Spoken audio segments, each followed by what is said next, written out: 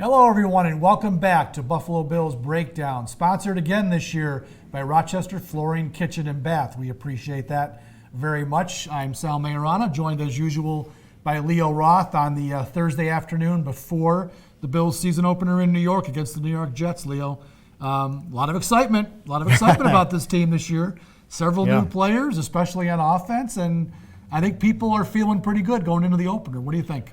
Yeah, with 23 new players. It seems like they have like 50 new players. It felt like more, didn't it? When we did the count yesterday, yeah. It felt like more, but it's not. And the vast majority, 17 or so, on the offensive side of the ball, which is understandable. Which feels about right. Which feels right because maybe that's where the feeling is because the offense is totally overhauled. I think there's only, if Zay Jones starts on Sunday, there's only 3 returning starters. Dawkins, Jones, and Josh Allen. So, I mean, that kind of tells you what the plan in this offseason was for General Manager Brandon Beane and Coach Sean McDermott. It was improve this offense. I mean, 30th, what was it, 30th in yards, 30th in points, 31st. You can simplify it by just saying it was bad across the board. Yeah, they didn't do very many things well.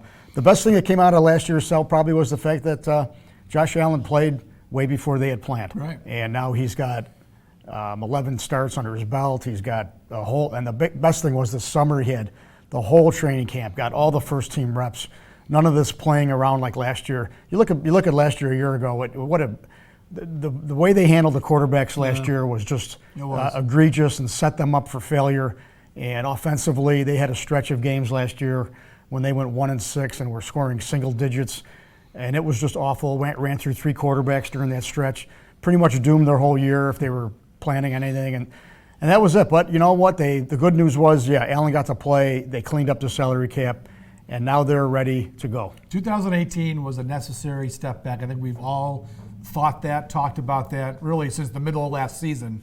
2017 was a nice surprise, but anybody who was rational thinking about this team knew 2018 would be a step back. But to me, Leo, that step back was actually a step forward for all the reasons you just said. And the most important one was getting all that dead money off the salary cap, and that allowed Brandon Beane to really go on quite a shopping spree back in March when free agency started, and he did retool the offense. Now, the question we're going to have, Leo, as we start these games on Sunday afternoon, did the moves he make, are these the right guys that are going to turn this thing around? Right. I think there's a lot of question marks. They spent a lot of money to bring in, it's actually 6 offensive linemen, free agents, and they drafted Cody Ford. Look, Mitch Morse is a good player. Assuming he's going to be healthy, which that's a big question mark, by the way, with 4 concussions. We think he's going to be an anchor for this team for hopefully the duration of his 4-year contract. The other guys, Leo, John Feliciano, Ty Nsekhe, Spencer Long, I don't know. I got to believe they'll be better than anything they had last year. It was one of the worst lines in team history. But I don't know for a fact that those guys are going to be true studs up front. They certainly hope they are. But we're going to find out pretty quick against the Jets defense. The good news in all those examples, Sal, that you gave is that these guys do have some mileage behind them. They're not old players. Right. They're young, but they're veterans.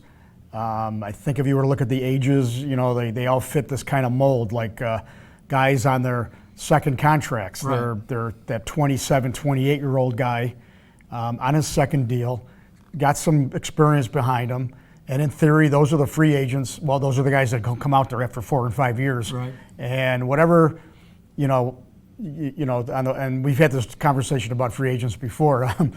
The good part is that they have experience. They're out, and they should help your team. The bad news is that they are free agents, which means their old teams didn't want them. Right, that's true. And especially these guys who aren't on big mega deals. There are some teams that just aren't going to pay an Ezekiel Elliott type of contract. Yeah. And I think Mitch Morse is in that category too. Right. Although the concussions are a very real factor with him. They can say all they want, but believe me, they are holding their breath. The Bills are holding their breath collectively that he gets through week 1. I know. Because it was a big name. They made him the highest paid center in the league, and if Mitch can't stay healthy, and we pray he does, I mean, it's a concussion, it's his head, and he's a He's a real character guy, and you hope he can do for the Bills what he did for the Kansas City Chiefs and Patrick Mahomes. So, Right, so that's a huge thing because we saw what it was like to lose Eric Wood, and it was a bigger loss than we could even have imagined. Yeah, I mean, he is a key to this thing, and in talking to him the other day, it was a little bit worrisome his attitude on the concussions, that he just seemed to think it was no big deal. Oh, I know. Even if he gets another one, he'll be fine. I was a little bit concerned about that because all we've heard about concussions, Leo, is the exact opposite of what he was saying. The specialists were telling him. So whatever, that's his business. It's his body. I don't know what's going on there. I just know that he's got a concussion history, and the way the league is today, where there's a guy up in the press box who's looking on the field to see if someone's woozy, and if he sees someone, they're out of the game. It's a serious issue in the NFL, and you got to hope that Mitch Morse is going to be able to be out there for the bulk of time and be healthy. We'll see. So that being said, if Mitch Morse is there and these other guys, it looks like the way they showed in practice, Leo, which I'm not convinced it's going to look this way. They had Feliciano at right guard and they had Cody Ford at right tackle. What did you make of that? Yesterday was classic. Classic McDermott. NFL coach. Which is fine. I wrote today. Gamesmanship. So it was cool. We all today, understood it. To me, all summer long, it looked like the best 5 offensive linemen were Deion Dawkins at left tackle, Quentin Spain at left guard. Mitch Morse wasn't in there all summer, but he clearly is the center. And then I thought the right side, Leo, I thought Ford at right guard and Nseki at right tackle. Yeah. Now, they're showing in the early portion of practice this week, which the media can see, they've been having Ford at right tackle, Feliciano starting at right guard, and Nseki being the swing tackle. I'm not convinced that's how it's going to go on Sunday. I still think they're better off with Nseki. I like McDermott's description. There'll be 5 guys out there. There'll be 5 guys out there. So that kind of tells me that they maybe haven't. Well, I think they figured it out. They're just playing games. We'll see. But either way, this line should be better. No matter what that alignment is, it should be better than last year. We hope it is. Or if it's not, it's going to be big problems. The running game is very interesting this year. Now, you weren't surprised. I certainly wasn't surprised when they cut LaShawn McCoy. I saw it coming all spring and all off season. Why would you keep this guy in the roster at that salary, given his declining production? Now the question is, they drafted Devin Singletary in the 3rd round. I think he's going to get the bulk of the carries. Leo, do you think a 5'7" rookie from Florida Atlantic is ready to make this jump into the NFL? I'm a little bit concerned about that, but what do you think? I think everybody is excited about Devin Singletary, but we should certainly not put him in the category of Thurman Thomas. No. I mean, Thurman, who was a 2nd rounder and came into a great situation on a Bills team that was just missing that piece, and it just took off from there. He's strong, he's quick, but he really didn't. The only game in the preseason we saw was the opener against the Colts that he ran a little bit, or I forget now. There wasn't a whole lot of work for him either, and well, he only carried 1 time in the Lions game, scored a touchdown, because that was the game that they were kind of showcasing LaShawn McCoy. Yeah, it was interesting because McCoy ran a lot, and so did Gore ran a lot too. Right. In that game. And then the 4th game, I think it was the 2nd game. So in Carolina. Yeah, and we liked a little bit what he saw there, and of course in the early on in the preseason he was being overshadowed by Christian Wade, the rugby player. Yeah. And so everybody was really not even focused on Devin Singletary other than the little bit of action that he got. So the Bills, of course, they said all the positive things because they had to let McCoy go, and of course Singletary's the next coming of Barry Sanders, so they're all happy, and it's all looking great. I like the kid. I like, and you want to see, the size, I guess I wouldn't be so alarmed about. I mean, Frank Gore's not much bigger than him. Right. Well, actually, but he's a bigger body, of course. Funny you mentioned Frank Gore. I had asked him at training camp about 5'7" guys, not a lot of history there, and he goes, this 5'7" guy that was carrying 203 pounds. He said he's got some bulk to him, and he'll be there's Darren Sproles or those guys are little guys. He's not 180. He's not 180. He's not 180. He's not a defensive back. He said he's got tree trunks for legs. He is. So that's a good thing. He's going to need that to take those. Yeah, and I think with the line, it's a funny thing with him, and they can, when he runs behind a big lion, and he's hard to see, and then you can. We've seen the smaller guys succeed.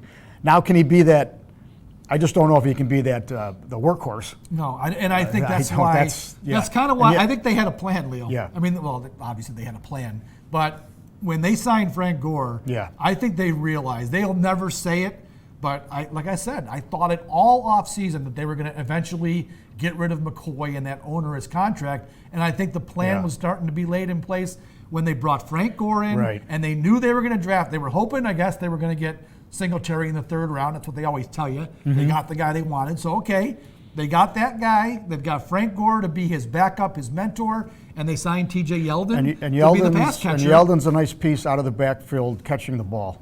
They're only going with 3 here. They don't have. I mean, that could change as the season goes Yeah, on. it'll change, There were probably. times where they carried 5 guys last year, 6 with the fullback. So, but it'll change depending on need and injuries and all that good stuff. But yeah, it's to go from. I mean, there was a boatload of running backs here for a while. Yeah. These are the 3 that won the game of Survivor. But you're right. It's amazing. I mean, I think they've been working hard for a long time to try to move McCoy, and of course, everyone says, "Gee, it's funny how there was this big market for surplus offensive linemen." Brandon Beane was, stockpiling these assets by getting rid of throwaway linemen, whereas you can't get anything from LaShawn McCoy. But McCoy's got a big contract. He's got age on his body, and he's got some off-field baggage. Everyone knows the Bills were going to let him go, Yeah. and And the Andy thing- Reid swooped in when he And he's had to get probably him. he's probably going to be a good fit in that offense because Yes. he's just going to be a piece. I mean, they've got a lot of great guys in place Absolutely. there. Look, and the thing with McCoy too is I'm sure Brandon Beane, he said he did his due diligence, but there was no way there was a market for LaShawn McCoy because I think if I had a pretty good hunch that they were going to release him, I think every team in the NFL probably figured the Bills were just going to cut him, and whatever team wanted to sign him And don't give wouldn't up have assets. to give up an asset, go Yeah. sign him for whatever deal, and that's exactly what the Chiefs did. So, look, McCoy is off the roster. He Right. gave the Bills four. He gave did, the and- Bills 4 years. 2 of them were the 16 and 17 seasons. I thought he was great. He was probably he was the best player Yeah. on the offense. And then last year, with all the problems they had, he started to go in decline. And now is the time Yeah. to move on. And I'm they, still and one of like I the- said, yeah. they had a plan in place. And so far, going into the first game at least, they've executed Yeah. the plan. I think exactly probably how they laid it out. I enjoy watching McCoy too, Sal. He was an interesting character. I can't say he was always the most appealing guy to work with, but Right.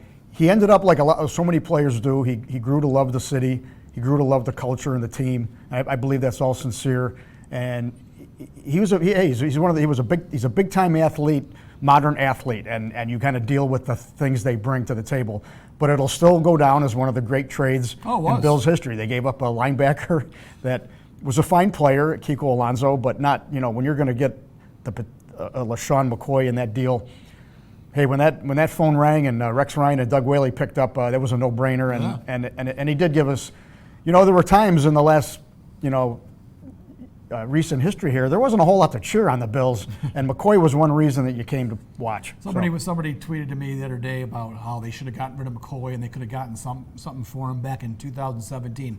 And I said, well, without LaShawn McCoy, they probably don't make the playoffs that year. So would you rather have what would be a 20-year playoff drought, or would you rather have had that come to an end and you don't get anything right now in return for LaShawn McCoy? I think he gave them. He was a stud in that cold snow game. He really was. He gave them 4 years. Like you said, they won that trade hand over fist. Kiko Alonso is now on his 3rd team since then. He went to the Eagles in the trade, to the Dolphins, and now where is he now? He got traded again by the Dolphins. So he's somewhere else now. So that trade worked out pretty well.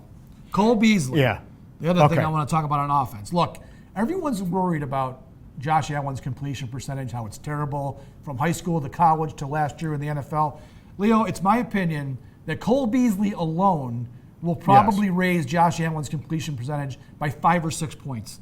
I really think that's possible. I'm with you. I love Cole Beasley when he was with the Cowboys. I like those natty type players, the Wes Welkers and Julian Edelmans that have killed the Bills.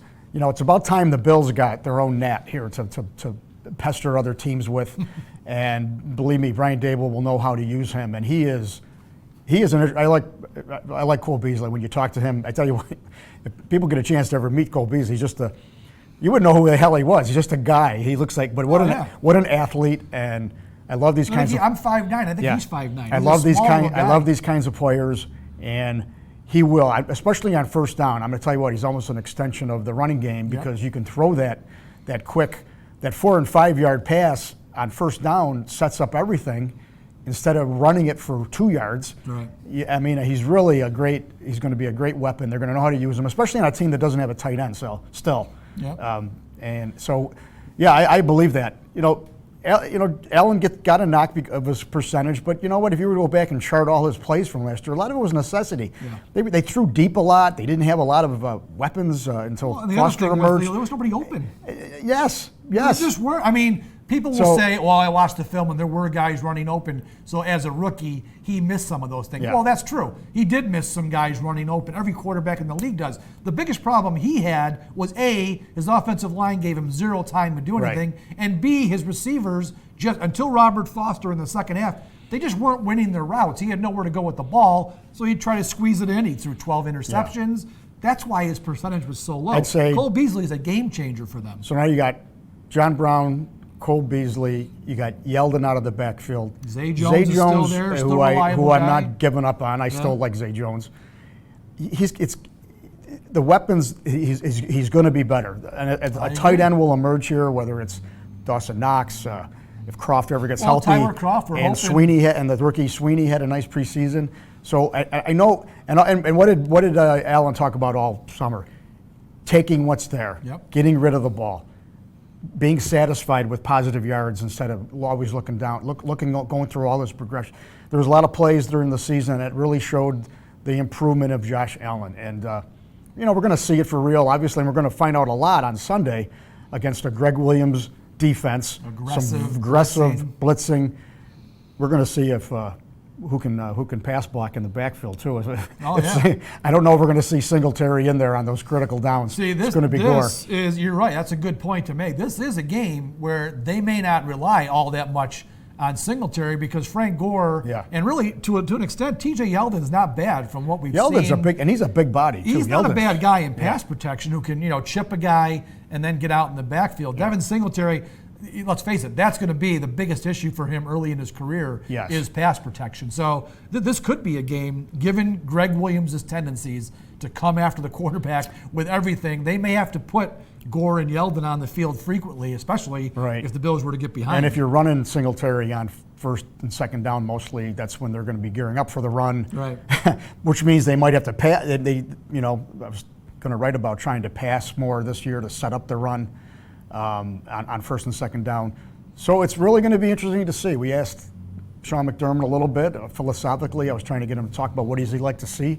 But his answer was, I'll do whatever it takes to win. Run it 40, pass it 40. We're going to play it one game at a time. And I'm going to play it one game at a time, which was also got a laugh. Man, Sean was particularly useless yesterday. He was. I tweeted that he was in mid-season form. I like Sean. He's a great guy. He's a good guy to work with. He is, but boy, when he goes, there are some days when he goes to that podium and you just know nothing. He goes into mode. Nothing useful is going to come out of his mouth. And yesterday was one of those days. So we didn't learn a whole lot yesterday. No. Outside of the fact, like we talked about at the start of the show, the intrigue about what's going to be the offensive line for the opening game. All right, let's flip it over on defense to close out the show today, Leo. Look, I mean, Kyle Williams, we all loved him, right? He's an all-time Bill. Last year in 2018, still a good, productive player. I got to believe Ed Oliver will be a better player pretty close to immediately than Kyle was. Not his first career, obviously, but in 2018, a 35-year-old, whatever he was, Kyle Williams. Ed Williams is an instant energy buzz for that defense. And that's the only guy new on the defense that was a pretty good defense last year. There should be very high expectations on that side of the ball. Absolutely. Ed Oliver, he's a freakish athlete, quick, can he's going to play that two gap. He's going to slice through.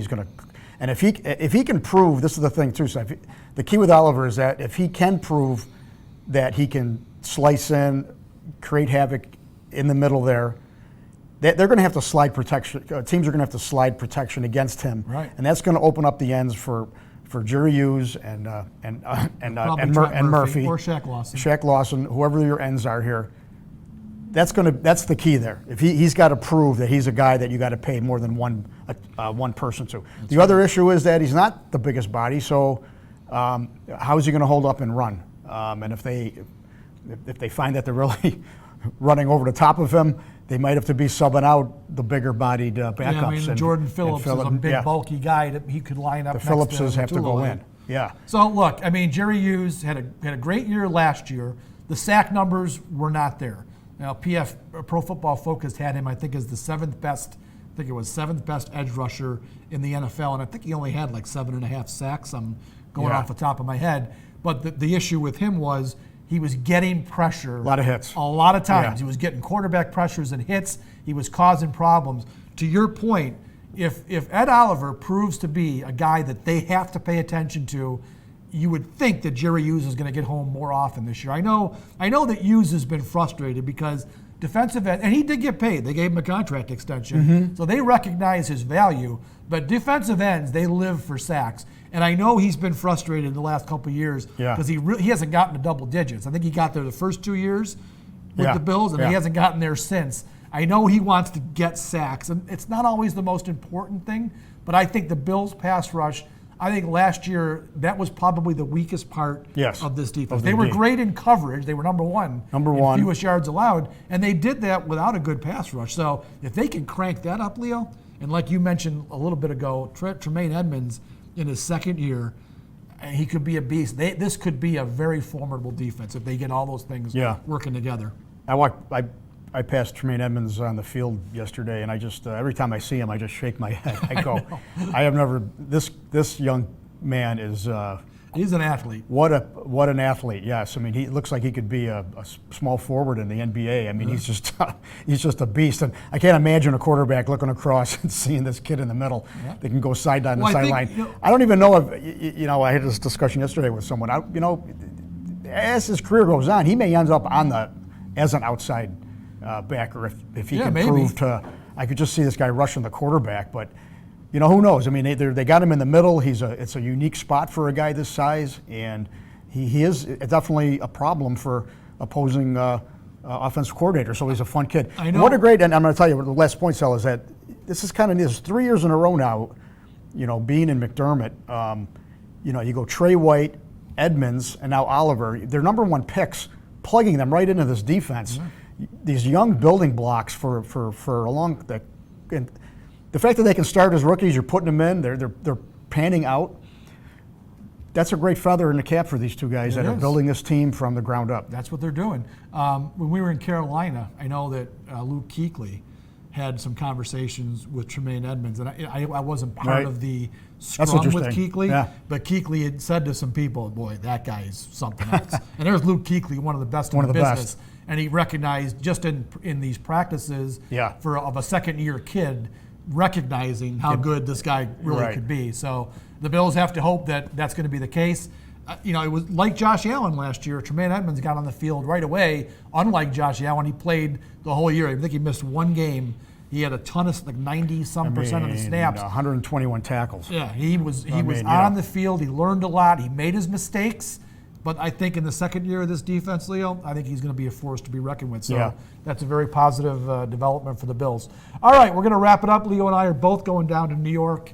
We're going to go down there Saturday afternoon, probably do some dinner, stay out of trouble if we can, and then we will be covering the Bills-Jets wall-to-wall on Sunday afternoon. So be here at DemocratandChronicle.com for our coverage. All right, Leo, you want to wrap it up? Yeah, we're off and running. We are off and running every Thursday, 12:30. Same bat time, same bat channel. We'll see you next week, everybody.